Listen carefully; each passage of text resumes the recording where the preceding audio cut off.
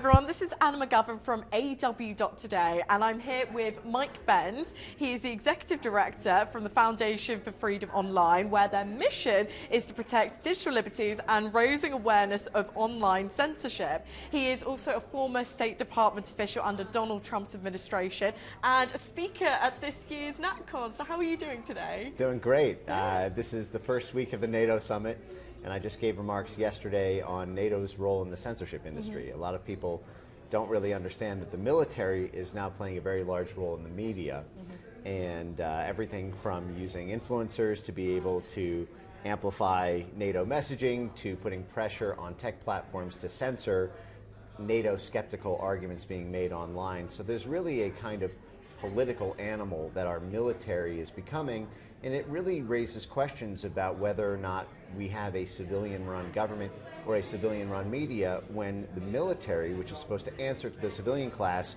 is actually usurping that media capacity.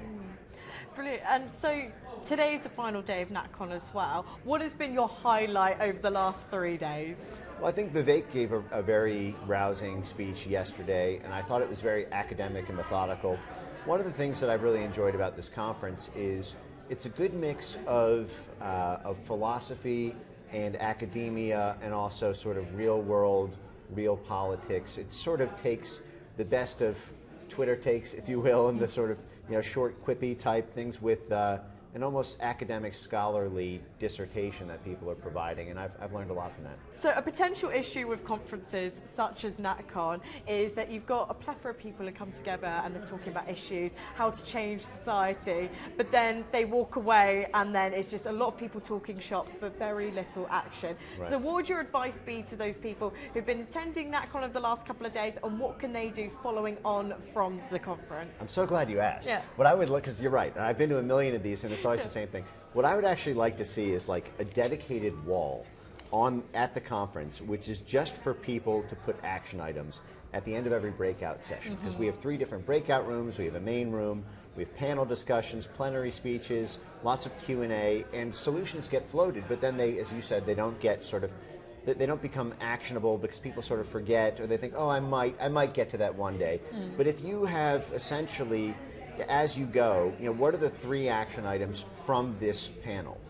And ask the panelists during the Q&A, put it up on the wall, and then at the end, the speakers can pass around, here are the proposed action items to advance the good of society on high tech in the nation, on national security, on border and immigration.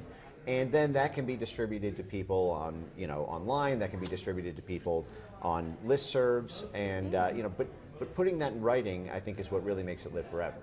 I completely agree with that, because then you've got follow-up action rather than just people coming together and talking. So I think that's a really good idea, potentially. Right. Yeah. So your breakout session took place yesterday on high tech and the nation, and you delivered a very rousing speech on the whole of society censorship framework. So for our audience, would you mind going into a bit more detail about what it is that you discussed? Yeah, so a lot of people think about censorship as being Mark Zuckerberg with his boot on your neck, sort of crushing what you can and can't say, and they don't really see the class above Mark Zuckerberg who operate in the US government, in the UK government, throughout NATO, who put pressure on the social media platforms to change their censorship policies, to censor political opposition, or to censor basically policies or support for policies that NATO doesn't want to get done. And so, because it was the NATO summit, I really tried to tailor the role of the military in creating what they called the whole of society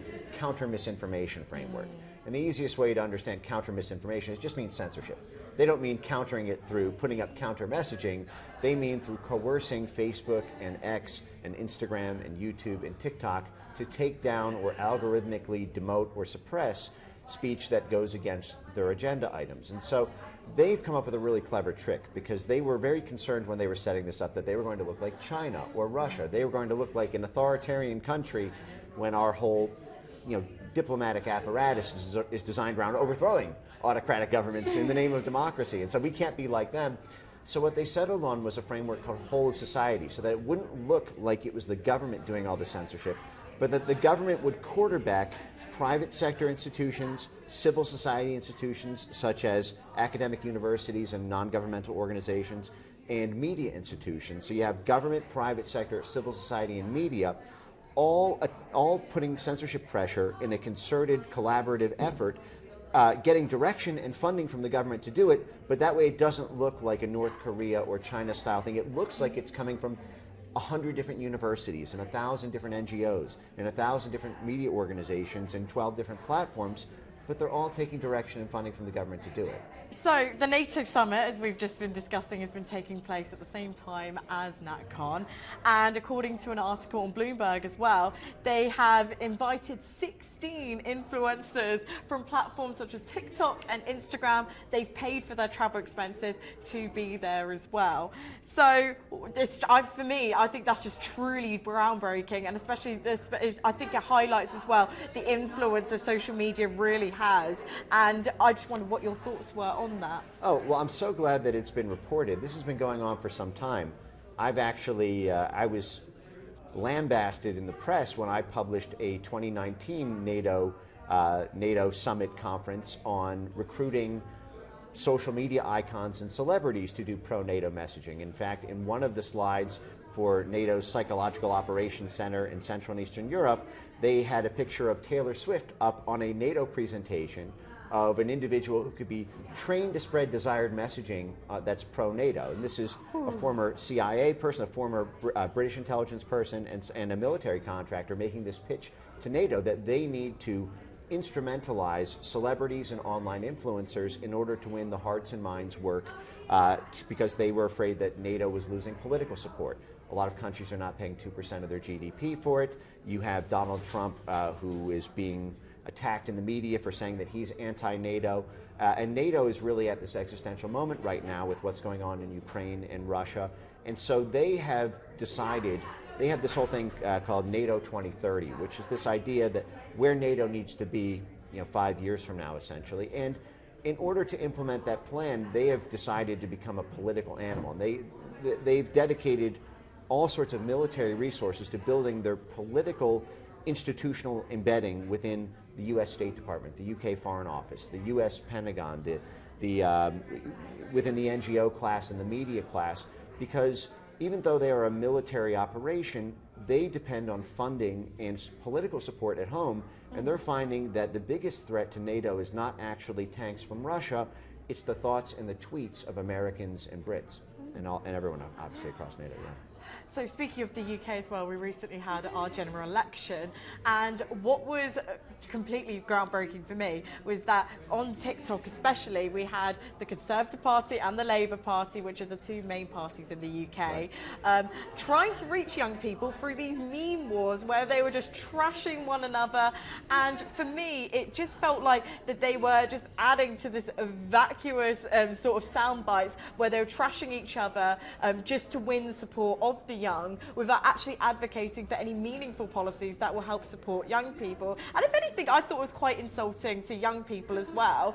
And that was how they tried to win their youth support and win their votes over. Is this something that you're seeing personally in the US? I do, and I wish it was just to young people. I think that there is a kind of retail aspect of all politics, where there's a kind of wholesale, from the source, what the policy actually is, but then in order to win voter support, you dumb it down, you water it down, you deliberately frame the issue in a way that will get support, even though that's not really what the thing is doing. Yeah. A great example of this actually is when the US government was trying to get NATO support for the war in Syria several years ago, and WikiLeaks published a classified CIA cable that pitched to the State Department that they should change their messaging about what's happening in Syria and Afghanistan and not make it about national security, because they pointed to polls in France and in Germany that those parliaments were actually not supporting a NATO boots-on-the-ground military effort in the name of national security, because they weren't worried about Afghanis and Iraqis attacking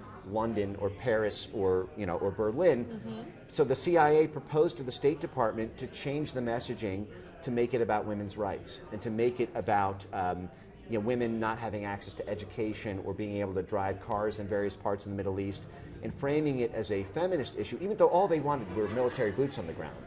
But they needed money from the taxpayers, so they didn't care about feminism or women's rights, but they were telling the State Department to change its messaging to be more sort of pro-feminist, because that would get 50% of the female vote, and that would get the money which they need for the military. It's shocking. Yes, I mean, these are just the proxy wars that play out above the headlines, but I think with the young, that's even more exaggerated because there's even less experience to draw on, at the actual substantive level. Brilliant. And then finally, have you got a final message that you can give to our audience from you? Stay tuned. I think in a week, my talk here is going to be posted. It is on NATO and the military's role in the censorship industry and creating this whole of society censorship complex we just discussed. Thank you so much for your questioning and your time, and I've had a great time here, and I'll see you guys on X. Brilliant, thank you so much. Can we also get just you saying subscribe to AW.today? And subscribe to AW.today.